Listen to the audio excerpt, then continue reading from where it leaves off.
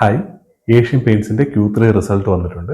നമ്മൾ കഴിഞ്ഞ ദിവസം ചെയ്തൊരു വീഡിയോയിൽ പറഞ്ഞിട്ടുണ്ട് ഏഷ്യൻ പെയിൻസ് പോലത്തെ വലിയ വലിയ കമ്പനികൾ എന്തുകൊണ്ടാണ് നല്ലൊരു ഇൻവെസ്റ്റ്മെന്റ് ഓപ്പർച്യൂണിറ്റി അല്ല, അല്ലെങ്കിൽ കഴിഞ്ഞ കുറച്ച് വർഷങ്ങളായിട്ട് ഇവരൊന്നും നല്ല റിട്ടേൺസ് വന്നിട്ടില്ല എന്നുള്ള കാര്യം. സോ അതിനെ പ്രൂവ് ചെയ്യുന്നതായിട്ടുള്ള ഒരു റിസൾട്ടാണ് ഈ വന്നിരിക്കുന്നത്. ഇപ്പോൾ സെയിൽസ് ഗ്രോത്ത് നോക്കിക്കഴിഞ്ഞാൽ നേരത്തെ നമ്മൾ റിസൾട്ട് സംസാരിച്ച കമ്പനികളുടെയൊക്കെ സെയിൽസ് ഗ്രോത്ത് നമുക്കറിയാമല്ലോ, ഹൈ പേസിലാണ് ഗ്രോ ചെയ്തുകൊണ്ടിരിക്കുന്നത്. ഇവിടെ നമ്മൾ ഏഷ്യൻ പെയിൻസിന്റെ സെയിൽസ് ഗ്രോത്ത് നോക്കിയാൽ ഏകദേശം 3.7% സെയിൽസ് ഗ്രോത്ത്. അതായത് നമ്മുടെ ഒരു GDP ഗ്രോത്തിന്റെ അത്രയും പോലും സെയിൽസ് ഗ്രോത്ത് വന്നിട്ടില്ല. അതേപോലെ പ്രോഫിറ്റ് ഗ്രോത്ത് നോക്കുകയാണെന്നുണ്ടെങ്കിൽ -5% പ്രോഫിറ്റ് ഗ്രോത്ത് എന്ന് പറയുന്നത്. അവിടെ ഒരു എക്സെപ്ഷണൽ ഐറ്റം ഉണ്ട്. നേരത്തെ പറഞ്ഞ കമ്പനികളിൽ സംഭവിച്ച അതേ കാര്യം, ലേബർ കോസ്റ്റ് കൂടിയിട്ടുണ്ട്. അതായത് ലേബർ കോഡ് പുതിയതായിട്ട് വന്ന അതിന്റെ പേരിൽ ഇവർക്ക് ഏകദേശം ഒരു 64 കോടി രൂപ എക്സ്ട്രാ വന്നിട്ടുണ്ട്. അതുപോലെ ഇവർ അക്വയർ ചെയ്തതിൻ്റെ ആയിട്ട് ബന്ധപ്പെട്ടിട്ട് ഏകദേശം ഒരു 93 കോടി രൂപയോടെ വന്നിട്ടുണ്ട്. അങ്ങനെ ഏകദേശം 150-160 കോടി രൂപയോളം ഇവർക്ക് ഒരു എക്സെപ്ഷണൽ ഐറ്റമായിട്ട് വന്നിട്ടുണ്ട്. സോ ഈ ആ എക്സെപ്ഷണൽ ഐറ്റം കംപ്ലീറ്റ് ആയിട്ട് ആഡ് ചെയ്താൽ പോലും ഇവരുടെ പ്രോഫിറ്റ് ഗ്രോത്ത് എന്ന് പറയുന്നത് ഏകദേശം ഒരു 7% പ്രോഫിറ്റ് ഗ്രോത്ത് വരിക. ഇതാണ് അവരുടെ സെയിൽസ് ഗ്രോത്തിന്റെ പ്രോഫിറ്റ് ഗ്രോത്തിന്റെ ഫിഗേഴ്സ് എന്ന് പറയുന്നത്. ഇങ്ങനെ നോക്കുമ്പോൾ നമുക്ക് തോന്നിയേക്കാം ഒരു 3.5%, അതേപോലെ ഒരു 6-7% എക്സെപ്ഷണൽ ആയിട്ട് ഇല്ലെങ്കിൽ അത്രയും പ്രോഫിറ്റ് ഗ്രോത്തും വരുന്നുണ്ട്. സോ അത് നല്ലതല്ലേ എന്ന് തോന്നിയേക്കാം. പക്ഷേ ഇത് വന്നിരിക്കുന്ന ബേസ് നോക്കുക.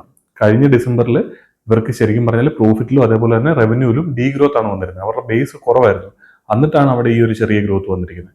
അതായത് മൊത്തത്തിൽ നോക്കിയാൽ കഴിഞ്ഞ കുറേ ക്വാർട്ടറുകളായിട്ട് കമ്പനിയുടെ പെർഫോമൻസ്, അതായത് സെയിൽസ് ഗ്രോത്ത്, പ്രോഫിറ്റ് ഗ്രോത്ത് കാര്യങ്ങളൊന്നും പ്രോപ്പറായിട്ട് വരുന്നില്ല. കഴിഞ്ഞ ഒരു ക്വാർട്ടറിൽ മാത്രമാണ് പ്രോഫിറ്റ് ഒരു 20% ഗ്രോ ചെയ്തിരുന്നത്. അതല്ലാതെയുള്ള ക്വാർട്ടറുകളെല്ലാം നോക്കിയാൽ അത്ര വലിയ രീതിയിലുള്ള നമുക്ക് ഇംപ്രസീവ് ആയിട്ടുള്ള ഫിഗേഴ്സ് ഒന്നും കമ്പനിയുടെ സൈഡിൽ നിന്ന് വരുന്നില്ല. അപ്പോൾ നമുക്ക് തോന്നിയേക്കാം ഇത്രയും വലിയ ബേസ് ഉള്ളതുകൊണ്ടാണ്, അല്ലെങ്കിൽ ഇത്രയും വലിയൊരു കമ്പനി ആയതുകൊണ്ടാണ് അവർക്ക് ഗ്രോത്ത് വരാതെ, അല്ലെങ്കിൽ ഇതുപോലത്തെ വലിയ കമ്പനികളിൽ നമ്മൾ ഇത്രയും ഗ്രോത്തൊക്കെ എക്സ്പെക്ട് ചെയ്യാവുള്ളൂ എന്ന് നമുക്ക് തോന്നിയേക്കാം. സെയിം ടൈമിൽ നമുക്ക് നിഫ്റ്റി തന്നെയുള്ള L&Tയോ അതല്ലെങ്കിൽ ബജാജ് ഫിനാൻസോ അതല്ലെങ്കിൽ ടൈറ്റനോ അങ്ങനത്തെ കമ്പനികൾ എടുത്ത് നോക്കിയാൽ, ടൈറ്റനൊക്കെ ഇവരെ കഴിഞ്ഞ് വലിയ കമ്പനിയാണ്. എന്നിട്ട് പോലും ടൈറ്റന്റെ ഗ്രോത്ത് എന്ന് പറഞ്ഞാൽ 20% മുകളിൽ കൺസിസ്റ്റന്റ് ആയിട്ട് ഗ്രോ ചെയ്തുകൊണ്ടിരിക്കുന്ന കമ്പനിയാണ്. ഈ ഒരു ക്വാർട്ടറിൽ നോക്കിയാൽ 40% മുകളിലാണ്. അപ്പോൾ ചിലപ്പോൾ നമുക്ക് തോന്നിയേക്കും ഇത് ഗോൾഡിന്റെ പ്രൈസ് കൂടിയോണ്ടാണ്. അതല്ലെങ്കിൽ പോലും കഴിഞ്ഞ ഒരു 5 വർഷമായിട്ട് ഈ ഒരു പേസ് ഓഫ് ഗ്രോത്ത് അവിടെ നിലനിൽക്കുന്നുണ്ട്. ഇപ്പോൾ സെക്ടറിൽ ടെയിൽവിൻഡ് ഉണ്ടോ എന്ന് പറയുകയാണെന്നുണ്ടെങ്കിൽ നമുക്ക് അങ്ങനത്തെ സെക്ടറുകളാണ് ആവശ്യം. അതല്ലാതെ ഗ്രോത്ത് ഇല്ലാത്ത വലിയ കമ്പനിയാണെന്ന് പറഞ്ഞ് നമ്മൾ ഇൻവെസ്റ്റ് ചെയ്യുന്നതിനകത്ത് വലിയ അർത്ഥമില്ല. അങ്ങനെയാണെന്നുണ്ടെങ്കിൽ കഴിഞ്ഞ കുറേ വർഷമായിട്ട് മാർക്കറ്റ് ഗ്രോ ചെയ്ത സമയത്ത് ഏഷ്യൻ പെയിന്റ്സ് പോലത്തെ കമ്പനികളിൽ റിട്ടേൺ ജനറേറ്റ് ചെയ്തിട്ടുണ്ടായിരുന്നു. പക്ഷെ അങ്ങനെയല്ല അവിടെ സംഭവിക്കുന്നത്. ഇവിടെ നമ്മൾ പറയുന്ന ഏഷ്യൻ പെയിന്റ്സ് എന്ന് പറഞ്ഞ ബിസിനസ് നല്ലതാണോ അല്ലയോ എന്നുള്ള കാര്യമല്ല. നമ്മൾ പറയുന്ന ഒരു ഇൻവെസ്റ്ററിന്റെ പെർസ്പെക്റ്റീവിലാണ്. നമുക്ക് ഇൻവെസ്റ്റ് ചെയ്താൽ നല്ല റിട്ടേൺ ജനറേറ്റ് ചെയ്യാൻ സാധ്യതയുണ്ടോ ഇല്ലയോ എന്നുള്ള കാര്യം മാത്രമാണ് പറയുന്നത്. അങ്ങനെ നോക്കുമ്പോഴത്തേക്കും ഇതിനെ കഴിഞ്ഞ് വലിയ കമ്പനിയായിട്ടുള്ള ടൈറ്റൻ അടക്കമുള്ള കമ്പനികൾ അത്രയും ഗ്രോ ചെയ്യുന്ന സമയത്ത് ഇവിടെ ഗ്രോത്ത് തന്നെ താഴേക്കാണ് പോയിക്കൊണ്ടിരിക്കുന്നത്. പ്രോഫിറ്റ് ഗ്രോത്ത് ആണെങ്കിൽ വരുന്നുമില്ല. സോ അങ്ങനെ ഒരു കമ്പനിയിൽ ഇൻവെസ്റ്റ് ചെയ്താൽ നമുക്ക് എന്താണ് റിട്ടേൺ ജനറേറ്റ് ചെയ്യാന്നുള്ളത് നമുക്ക് തന്നെ ഊഹിക്കാവുന്നുള്ളൂ. ഇപ്പോൾ അവരുടെ PE റേഷ്യോ നോക്കാം. ഏഷ്യൻ പെയിന്റ്സ് ഇപ്പോൾ കഴിഞ്ഞ കുറേ നാളുകളായിട്ട് സൈഡ് വേസ് ആയിട്ടാണ് നിൽക്കുന്നത്. അത് കൂടാതെ തന്നെ അവരുടെ ചാർട്ട് നോക്കിയാൽ നമുക്കറിയാൻ പറ്റും സ്റ്റോക്കിന്റെ പ്രൈസ് താഴേക്കാണ് പോയിരിക്കുന്നത്. ഇത്രയും സൈഡ് വേസ് ആയിട്ട് നിൽക്കുക, അതുപോലെ താഴേക്ക് പോവുകയും ചെയ്തിട്ട് പോലും അവരുടെ PE റേഷ്യോ എന്ന് പറഞ്ഞാൽ ഇപ്പോഴും 64 തന്നെയാണ്. റീറ്റെയിലേഴ്സ് ആയിട്ടുള്ള നമുക്ക് തോന്നിയേക്കാം ഇത്രയും സൈഡ് വേസ് ആയതാണ്, ഇനിയിപ്പോൾ മാർക്കറ്റിൽ ഒരു ബുൾ റാലി വരാൻ സാധ്യതയുണ്ട്.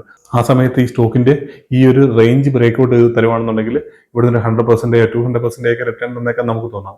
പക്ഷേ ഏഷ്യൻ പെയിന്റ്സ് പോലത്തെ ഒരു കമ്പനി 100% റിട്ടേൺ തരിക എന്ന് പറഞ്ഞാൽ ഏകദേശം അവരുടെ മാർക്കറ്റ് ക്യാപ്പ് 5 ലക്ഷം കോടി 6 ലക്ഷം കോടിയിലേക്ക് എത്തും.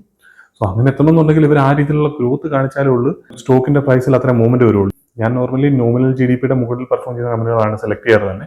പക്ഷെ അവിടെ ഈ GDP ഗ്രോത്ത് പോലും വരാത്തൊരു കമ്പനിയാണ് ഏഷ്യൻ പെയിന്റ്സ് എന്ന് പറയുന്നത്. ഇവരുടെ performance, sales growth, profit growth കാര്യങ്ങളൊക്കെ മുകളിലേക്ക്, അതായത് ക്വാർട്ടർ ഓൺ ക്വാർട്ടർ ഇംപ്രൂവ് ചെയ്യുകയാണെന്നുണ്ടെങ്കിൽ നമുക്ക് ട്രൈ ചെയ്യാൻ പറ്റിയ കമ്പനിയാണ്. പക്ഷേ ഇപ്പോഴത്തെ ഒരു അവസ്ഥയിൽ എന്തുകൊണ്ടാണ് സ്റ്റോക്ക് റിട്ടേൺ ജനറേറ്റ് ചെയ്യുന്നില്ല എന്നുള്ളതിന്റെ ഏറ്റവും നല്ല എക്സാമ്പിൾ അവരുടെ റിസൾട്ട് തന്നെയാണ്.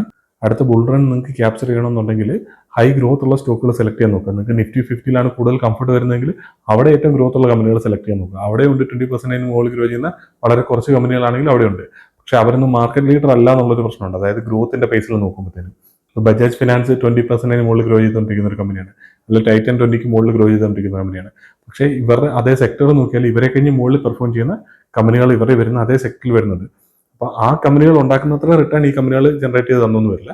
പക്ഷെ എന്നാൽ പോലും ഈ പറയുന്ന സെയിൽസ് ഗ്രോത്ത്, പ്രോഫിറ്റ് ഗ്രോത്ത് വരാത്ത കമ്പനികൾ തരുന്ന റിട്ടേണിനെ കഴിഞ്ഞൊക്കെ ഒരുപാട് മുകളിൽ ഈ കമ്പനികൾക്ക് പെർഫോം ചെയ്യാനുള്ള സാധ്യത കൂടുതലാണ് നല്ലൊരു ബുൾ റൺ വരുന്ന സമയത്ത്. ഇത്തരം കാര്യങ്ങളെ പറയാനുള്ളൂ. റിസൾട്ട് മൊത്തത്തിൽ ഇംപ്രസീവ് ആയിട്ടുള്ള റിസൾട്ട് ഒന്നുമല്ല. ഇതുപോലത്തെ സ്റ്റോക്കുകളിൽ എനിക്ക് അത്ര താല്പര്യമില്ല.